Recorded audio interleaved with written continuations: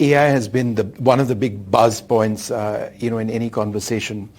There's a great deal of potential over there. There's a great deal of concern there as well. How does the IMF assess the potential of artificial intelligence and economic growth? Yeah. Again, very early days. We started out, Vishnu, by talking about the weak growth prospects of 3% that we're looking at for the global economy. One area where we think, well, maybe here's a possible solution that can raise productivity, and that is the promise of AI, especially the new kind of generative artificial intelligence. Yeah.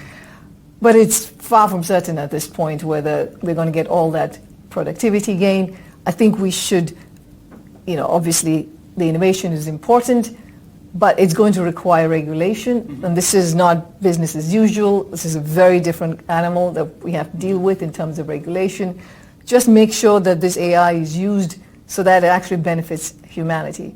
And also you need to take into account that there's going to be a lot of workers who may be affected directly by this and may be substituted out, may lose jobs. Governments will need plans in place to make sure that there is a way for them to continue to be in the labor force. Global regulation, that's what you're talking about as being absolutely important and imperative. You don't believe that AI necessarily might result in massive layoffs in different sectors around the world?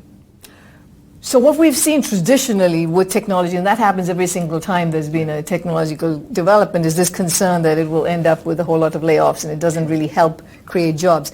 And what history has taught us is that on net, a lot more jobs are created. Mm-hmm. Now, they're in different sectors, they demand different kinds of skills, and so there are people who get affected by it and who lose jobs. But that's where policy plays a role in making sure that they get the right support that they need. Yeah. In the case of AI, it could be very different. It's very interesting, the early studies that are coming up, which is, in the past, being a new entrant to a particular industry, what meant that you didn't have the experience, you had to wait to learn, and therefore your pay you got was not as big. Right. But with AI, you get to use all the experience that others had, and you get that information very quickly. Yeah. So we could see somewhat more of a flattening of the pay structure. Sure.